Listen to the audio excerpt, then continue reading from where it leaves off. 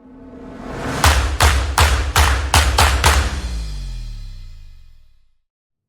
everyone, I'm Bita Delisi, and in this video we're going to talk about the common mistakes that actually delay evictions. Landlords, we receive an overwhelming number of calls from frustrated or overwhelmed landlords that have served their own notice, filed their own application, went to their own hearing, and self-represented themselves, only to find that their matter was dismissed because of an error, and oftentimes is dismissed because of a small or minor error.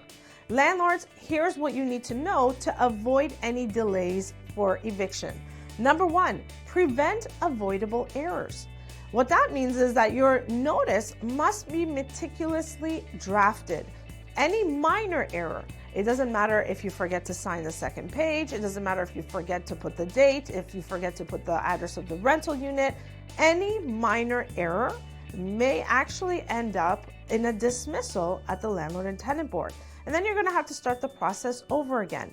Number two, issuing an incorrect or incomplete notice. This goes back to errors. If a notice is incorrect, it's not a matter of simply putting fixing the document and serving it to the tenant and keeping your hearing date. No, notices cannot be amended. If a notice requires an amendment, it has to be reserved all over again. And what that means for you, landlord, is that you must restart the process over again. Number three, failing to fulfill requirements or failing to fulfill requirements on time.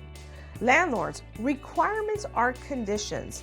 And if a notice has conditions, and if those conditions are not fulfilled within the time period required, what that means for you is a dismissal at the landlord and tenant board, because the Residential Tenancies Act requires the notice to be complete on its face at the hearing.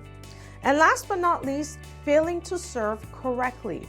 Remember, landlords, when you're serving a legal document, you're following a legal process. And landlords must follow that process also when it comes to serving legal documents. Right now, the Landlord and Tenant Board has its own methods of service.